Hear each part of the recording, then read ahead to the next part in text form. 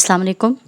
कुछ अर्से से देखा जाए तो हमारे यहाँ सेहत के बहुत से मसाइल हैं, जिनमें कोलेस्ट्रॉल के बढ़ जाने से हार्ट अटैक, स्टमक के बहुत से मसाइल हैं, यूरिक एसिड का बढ़ जाना, हड्डियों के मसाइल। और इन सब की वजह यह है कि हम जो रिफ़ाइंड ऑयल यूज़ करते हैं वो हमारी सेहत के लिए बिल्कुल भी अच्छे नहीं हैं। इसलिए आज मैं आपको बताऊंगी कि आप सरसों के तेल को अपने खानों में किस तरह से इस्तेमाल करें, क्योंकि इससे एंटी एजिंग में मदद मिलती है, कोलेस्ट्रॉल लेवल लो होता है और इससे हार्ट अटैक नहीं होता। डाइजेशन में बहुत अच्छा है, वज़न को कम करने में मदद देता है, ब्रेन के लिए बहुत अच्छा है, जोड़ों के दर्द में आराम देता है और यूरिक एसिड को बिल्कुल कम करता है।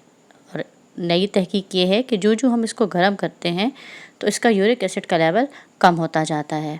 तो इसलिए आज मैं बताऊंगी कि आप सरसों के तेल को कैसे गर्म करें। मैंने यहाँ पर सरसों का तेल लिया है 2.5 लीटर और इसको मैंने बिल्कुल हल्की आंच पर, दम वाली आंच पर पकने के लिए रख दिया है।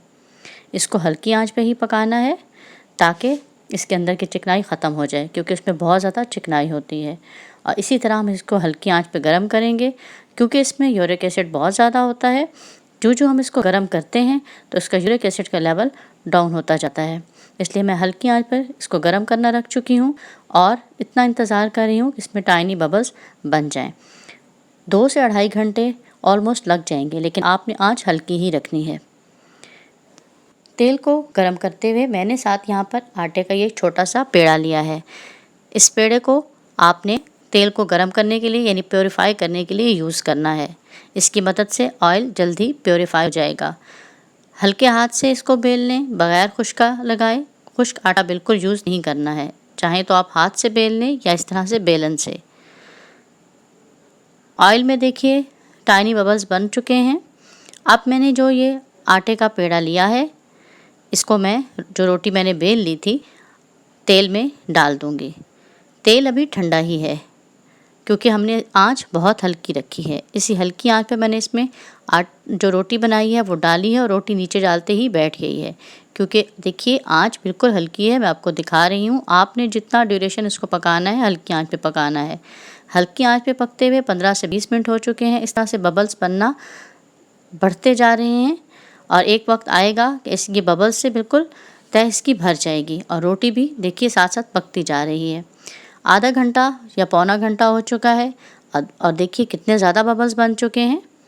अब हमने इसको इतनी देर पकाना है कि ये बबल्स ख़त्म हो जाएं।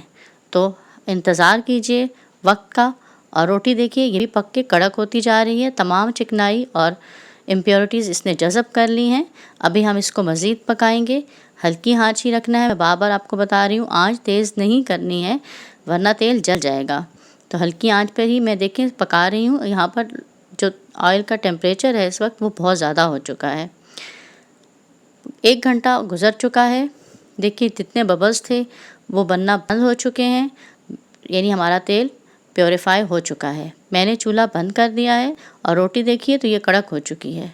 देखा, अब मैं इसको बाहर निकाल लूँगी। तेल को ठंडा करेंगे और ठंडा होने के बाद मैंने इसको बॉटल्स में या जार्स में भर लिया है। आप भी ठंडा होने के बाद इसको भरिए, वरना तेल ख़राब हो जाएगा। वीडियो को लाइक और शेयर ज़रूर कीजिए। नए आने वाले लोग चैनल को सब्सक्राइब कर दें और हमें अपने कमेंट्स में याद रखिएगा। अपनी और अपनी फैमिली की सेहत का ख्याल रखिए।